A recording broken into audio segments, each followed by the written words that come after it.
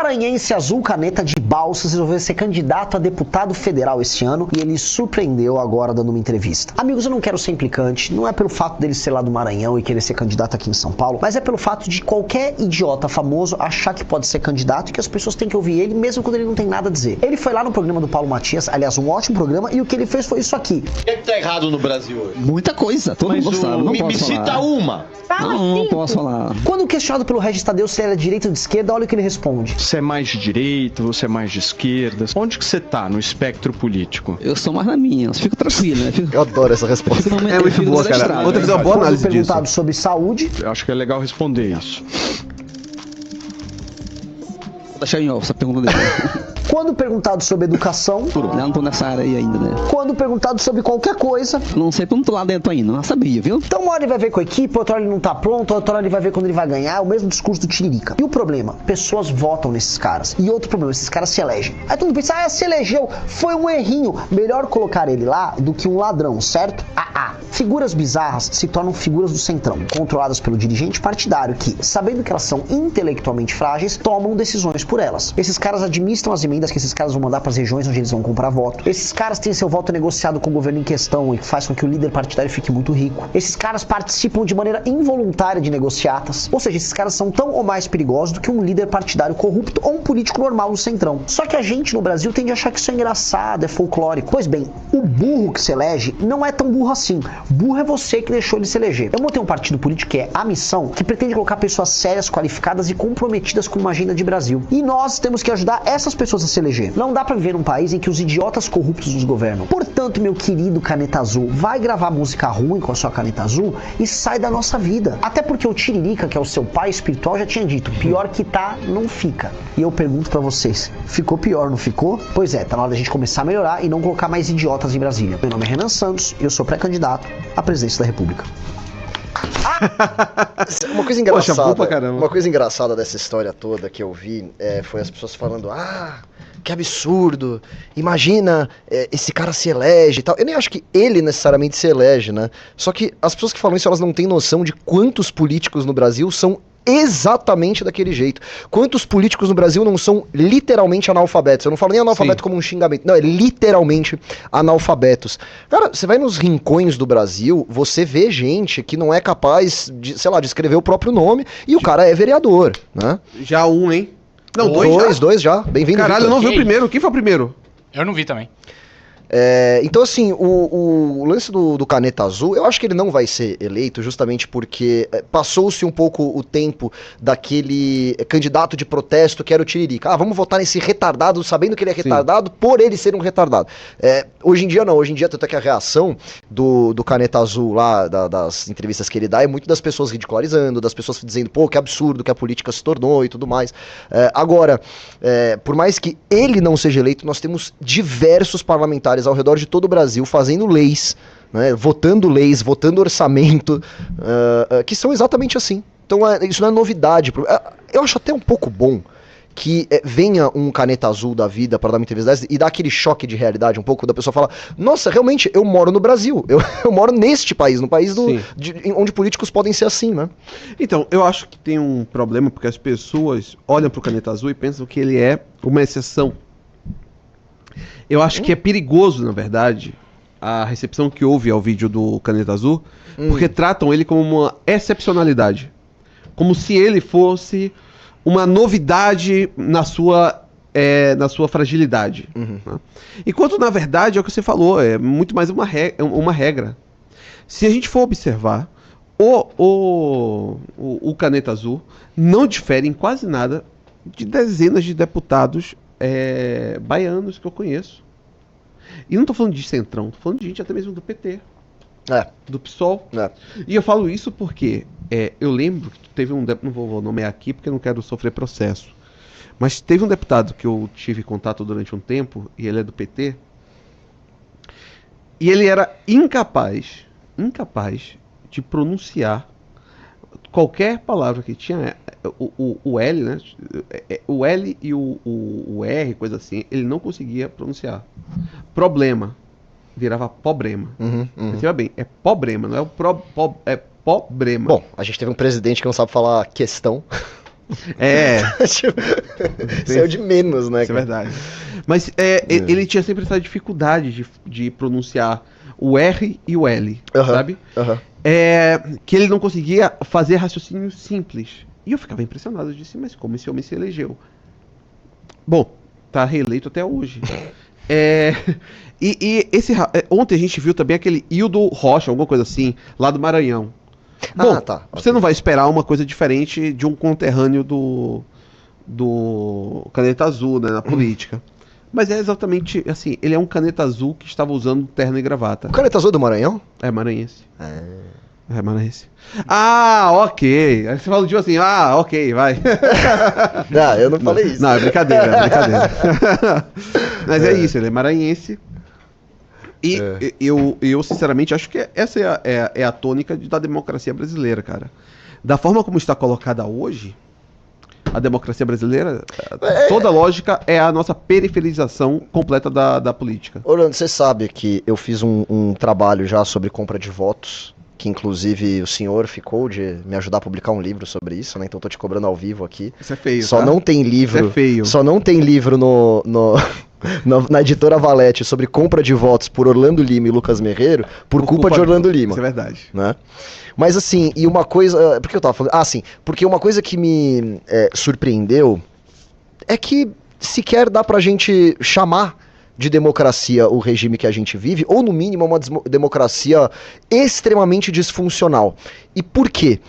Quando você vai no Brasil profundo e você dá uma olhada nos políticos que ali se encontram, e você vê que boa parte são esses que você acabou de descrever aqui, que não conseguem pronunciar palavras básicas, que não sabem escrever, que não sabem formular uma frase. Só que quem que comanda esses políticos? São outros que estão lá comprando voto, que estão determinando como vão ser essas votações. Cara, tem várias e várias cidades, muitas cidades, em que todos os vereadores são de base.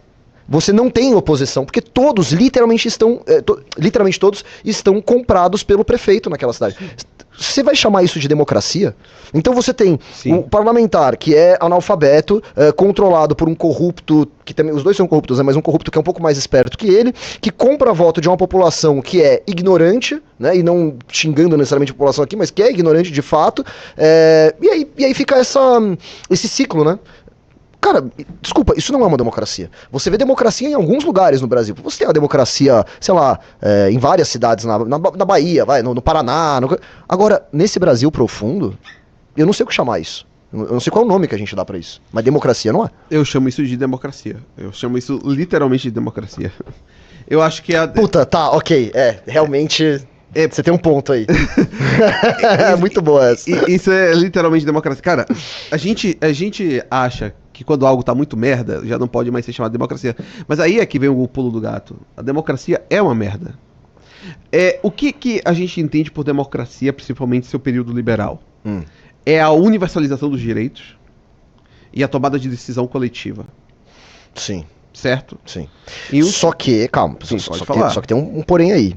Essa tomada de decisão coletiva, numa democracia ideal, ela pressupõe que você está lidando com uma população que tem uma mínima capacidade de decisão. Esse é o ponto do Robert Dahl. O Robert Dahl traz o seguinte, que ele traz alguns pressupostos ali, que imprensa livre e tal, e um deles é uma população minimamente educada. Uhum. Né? Isso é o que está em Robert Dahl. Bom, temos um problema, porque isso então significa, e aí é algo que eu acredito fielmente, que as democracias então não são universais. Não podem ser universais. Uhum. Porque caso precisem de certos pressupostos, entre eles uma população minimamente educada, não podemos imaginar a universalização da democracia antes da educação da população. Sim, entendi. Ok. Correto, não é? Enquanto houver uma parcela de pessoas que não estão minimamente educadas, não tem como você ter democracia. Ou enquanto essa parcela for muito grande. Sim, né? claro. Ainda que seja algo menor, ok. Se for algum momento que seja ínfimo, isso não terá impacto. Você não concorda com isso? Não, concordo. Eu acho que ok. se for ínfimo, não terá impacto. Não, mas você não concorda que só dá pra chamar verdadeiramente de democracia quando você tem esses pressupostos? Não acho, porque isso é formalismo. O meu problema com o Robert Dahl... desculpa, bati na sua coisa aqui. Meu problema com o Robert Dahl é que ele é extremamente formalista. A democracia para ele tem uma forma muito exata que para você poder encaixar o que é uma democracia fica algo muito estrito, não é? E a democracia não é tão estrita assim como todos os outros sistemas não são tão estritos assim. O meu ponto para a democracia é: precisamos ter um sistema representativo, onde a tomada de decisão está universalizada e coletivizada, né? Então todo mundo vai ajudar na tomada de decisão a favor de seus representantes. E a lógica principal de uma democracia liberal é a universalização dos direitos civis. Todos são detentores de direitos civis. Sim. A partir do momento que todos são detentores de direitos civis, a gente não pode retirar deles o direito, inclusive, da escolha. O direito da escolha da sua representação. Se os direitos Porque o próprio direito da escolha também é um direito civil, né, nesse exatamente. sentido. Você não pode fazer a retirada de um. Você não pode dizer que todos são dotados de direitos igualmente e fazer assim, vai escolher na hora da... Não, isso aqui, na parte de fazer a escolha dos seus representantes, não. Então, se a democracia necessariamente está levando a uma questão de aprofundamento dos direitos civis, e esse é meu problema com a democracia, estamos partindo de um pressuposto de um igualitarismo radical. Todos os homens são assim, iguais, sem nenhuma diferenciação. Não há o direito à diferenciação. Perceba bem, eu sou a favor de que pensemos que existem direitos básicos, como direito à vida, direito à saúde, propriedade. A propriedade, inclusive, eu acho que é um dever do Estado a garantia de propriedade. Porque é uma tese que não é minha, é do Pablo Aragón. Ele busca perverter a lógica que existe na Constituição da propriedade, qual é a função social da propriedade. A função social, sim. Ele fala sobre a função libertadora da propriedade, no sentido de que, como antes do capitalismo, existia uma ligação entre a pessoa e a terra, e essa ligação da pessoa com a terra dava a dignidade, e não atuar a questão de subsistência, etc. A partir do capitalismo industrial... A propriedade precede a dignidade nesse sentido. Exatamente. Porque você torna-se detentor de algo que ajuda a fazer com que você, inclusive, proteja a sua família, proteja a sua vida, proteja a si próprio, o seu corpo, que você possa ter direito à subsistência, entre outras coisas. Nesse sentido, né, a gente tem que pensar que, existem direitos que são fundamentais, mas nem todo direito é fundamental e nem toda pessoa é capacitada para deter todos os direitos. Na Roma Antiga, tínhamos aquela escadinha, né, em que tinham os homens plenos de direitos, aqueles que tinham os direitos intermediários e outros que eram os direitos básicos. Por exemplo, sou contra que haja a possibilidade de escravidão. Eu acho que isso atenta contra a dignidade humana, atenta contra todos os valores mais básicos da convivência. Você não pode escravizar outra pessoa, né? Disso não se pode depreender que a pessoa, por não poder ser escravizada, seja detentora plena de todos os direitos, ainda que sua responsabilidade seja diminuta naquela sociedade.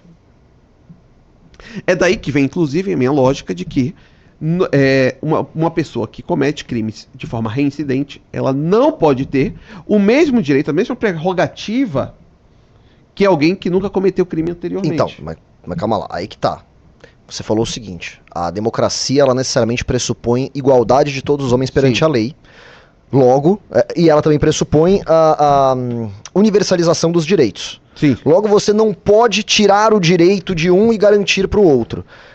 Dá para você fazer isso ao mesmo tempo que você respeita a universalização dos direitos e que todos os homens são iguais perante a lei. Certos direitos, eles só existem a partir de certas prerrogativas. Por exemplo, na que a gente vive atualmente, todos têm o direito ao voto. Ok, mas quem tem menos de 16 anos não tem direito ao voto. Sim, mas todos os que fizerem 16 anos terão direito ao voto. Sim. Ou seja, você pode tirar uma proposta que a gente sempre fala que é considerada uma proposta polêmica por muitos, né?